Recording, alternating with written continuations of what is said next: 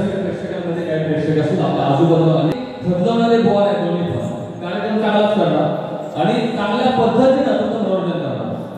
तुम्हाला जे अपेक्षित आहे ते नाही मिळणार पण चांगल्या पद्धतीने मनोरंजन होणार आहे काही शंका नाही. माझ्या पदाकडे होतोय गणेश तांबे बुवा, लक्ष असू द्या माझ्या प्रश्न पदाकडे होतोय.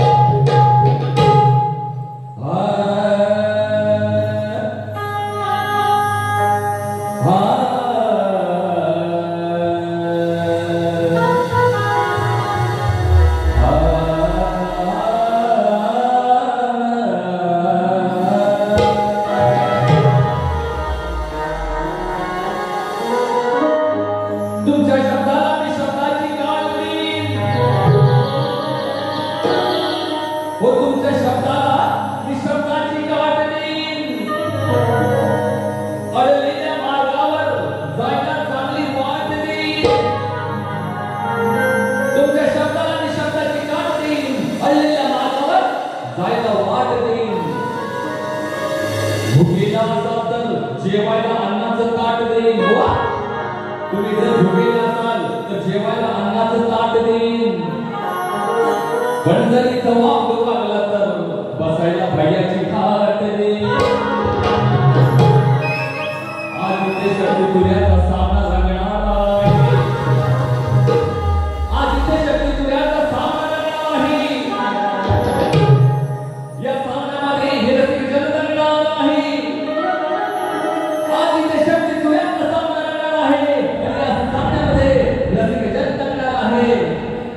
या सामन्यामध्ये सारं रसिक करणार आहे. पण बुवा तुमच्या घरच्या मैदानावर तुम्हाला बॅटिंग करायची आहे. तुमच्या घरच्या मैदान आहे तुम्हाला बॅटिंग करायचंय. पण तुम्हाला सैक सांगून ठेवतो तुमचं स्वप्न आज इथे भागणार.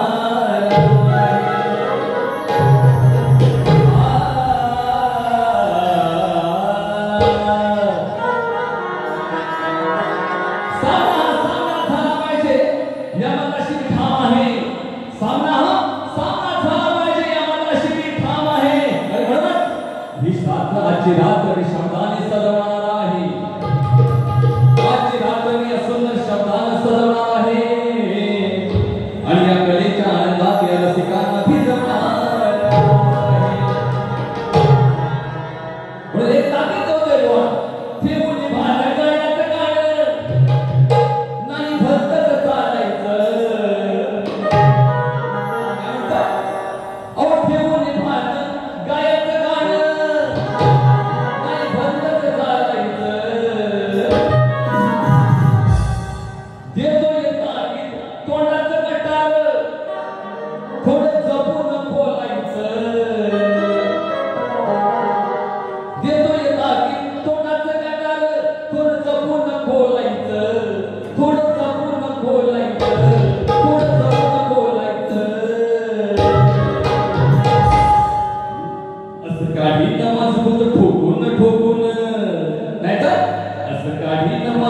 ठोकून मग मला नाही बोलायचं. असं गाडी ना मजबूत ठोकून मला नाही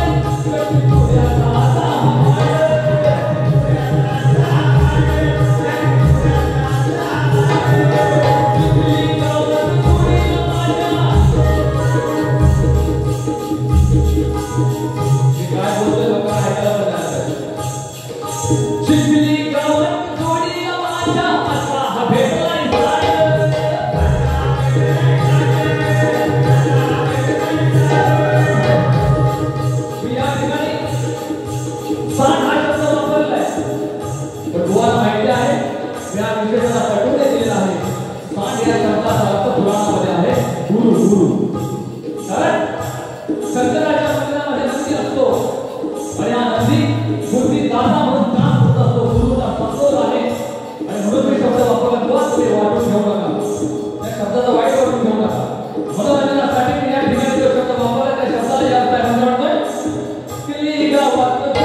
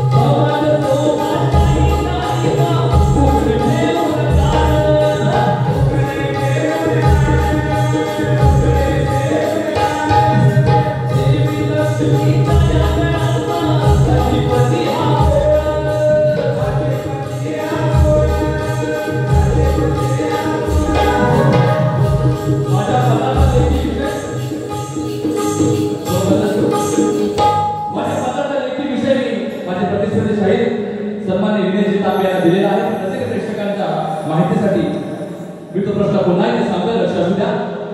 ज्याप्रमाणे दादा इको थोडा कमी करा.